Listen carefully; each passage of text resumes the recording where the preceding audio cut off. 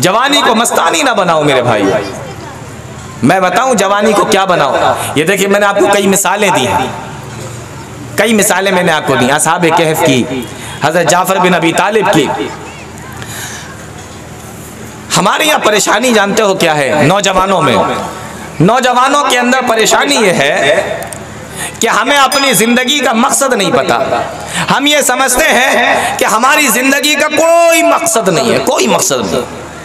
बस हम जवान हो गए, जैसे पहले बच्चे थे, फिर जवान हुए, फिर उसके बाद हम बूढ़े हो जाएंगे, फिर हम मर जाएंगे, यही जिंदगी है।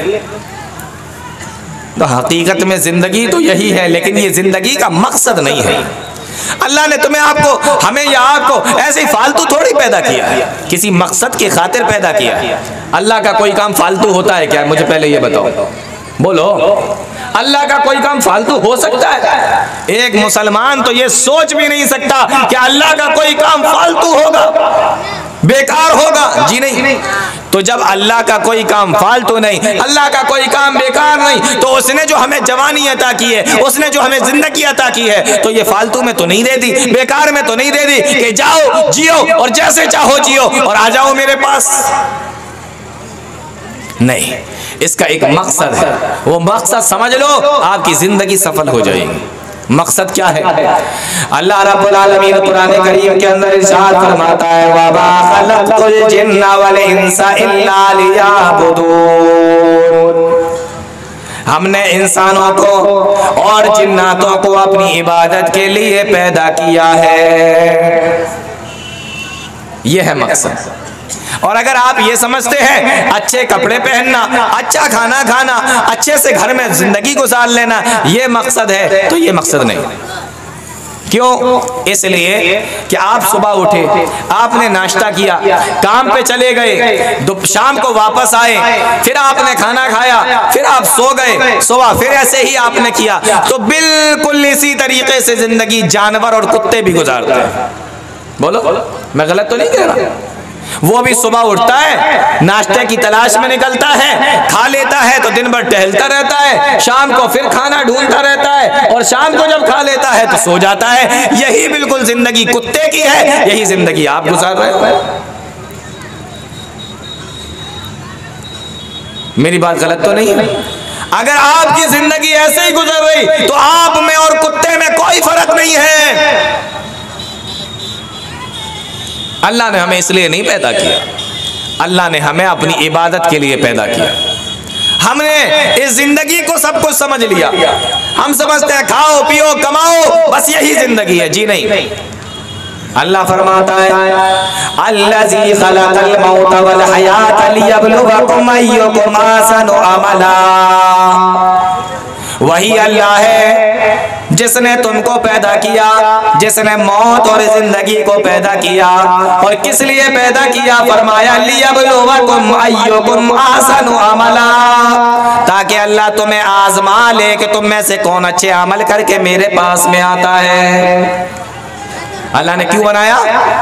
ताकि अल्लाह तुम्हें चेक कर ले। अल्लाह इम्तिहान ले रहा है, अल्लाह चेक कर रहा है, अल्लाह आजमा रहा है, ताकि वो तुम्हें आजमा ले। लियब्लुवकुम अय्युकुम अहसनु अमला, कि दुनिया से जब तुम मेरे पास वापस आओगे तो तुम में से कौन अच्छे अमल करके आएगा। हमने ये जिंदगी तुम्हें इसलिए दी। तो हमारी जो पूरी कोशिश होना चाहिए वो इस पर होना चाहिए कि हम में से कौन कितना नेक बन जाए, हम में से कौन कितना अल्लाह का इबादत गुजार बन जाए, हम में से कौन अल्लाह का कितनी इबादत करने वाला बन जाए। हमारी कोशिश तो इसमें होना चाहिए।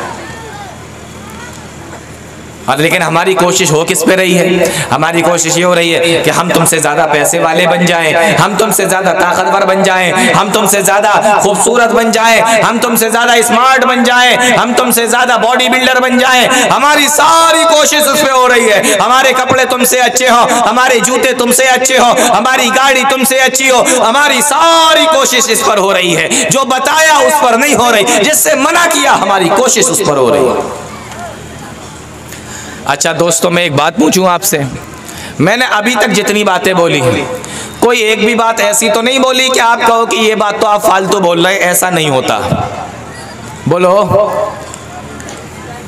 सो गए क्या? एक भी बात ऐसी तो नहीं बोली ना। हमारी सारी कोशिश इसी पर हो रही है। सारी कोशिश है हमारी इसी पर। आओ मैं तुम्हें एक सहाबी का वाकया सुनाता हूँ, वो सहाबी को भी देख लो जरा। सहाबी का नाम है मुसअब बिन उमैर रजी अल्लाह ताला। क्या नाम है? मुसअब बिन उमैर रजी अल्लाह ताला। मशहूर सहाबी हैं। यह अलग बात है कि हमारे कितने नौजवान ऐसे हैं जिन्होंने पहली बार ये नाम सुना होगा, लेकिन है बहुत मशहूर सहाबी। और इनकी खासियत बता दूं आप लोगों को, आपकी आंखें फटी की फटी रह जाएंगी कि अगर मैं इनकी खुसूसियत बता दूं, इनकी फजीलत बता दूं। हजरत मुसअब बिन उमैर रजी अल्लाह ताला नौजवान है, मालदार है और खूबसूरत भी है। फिर से सुनो, नौजवान है, मालदार है और खूबसूरत भी है। और हमारे नौजवानों को क्या चाहिए? पैसा आ जाए, बदन में ताकत बनी रहे, खूबसूरत दिखते रहे, यही तो चाहते हैं नौजवान। इनके पास में तीनों चीजें थी। इतने मालदार थे, इतने मालदार थे कि हम अगर कोई कपड़ा लेकर आते हैं और अब वो कपड़ा अगर हमें पसंद ना आए, फिर भी हम 6 महीने से पहले उस कपड़े को नहीं हटाते। कोई 1 साल तक वो कपड़ा पहनता है, कोई 2 साल तक कपड़े पहनता है, उसके बाद में वो अपना शर्ट, अपनी पैंट, अपना कुर्ता पजामा फिर वो हटा देता है, किसी दूसरे को दे देता है या फट जाती है। लेकिन ये इतने मालदार थे, जो कपड़ा एक मर्तबा पहन लिया करते थे, फिर सारी जिंदगी दोबारा उसको अपने बदन पर नहीं पहना करते थे। समझ में आ रहा है? कितने मालदार थे? एक कपड़ा जो एक मर्तबा पहन लिया, सारी जिंदगी दोबारा उस कपड़े को नहीं पहनते थे, सदका कर देते थे, खैरात कर देते थे, गरीबों को दे देते थे, दोबारा नहीं पहनते थे। इतने मालदार, अल्लाह अकबर, आप सोच भी नहीं सकते। मैं ये समझता हूं कि आपकी बस्ती में नहीं, आपके पूरे इलाके में भी कोई इतना अमीर नहीं निकलेगा और इतना ऐसा कोई नौजवान नहीं निकलेगा जो एक मर्तबा एक कपड़ा पहने फिर दे दे किसी दूसरे को। सोचो कितने मालदार होंगे।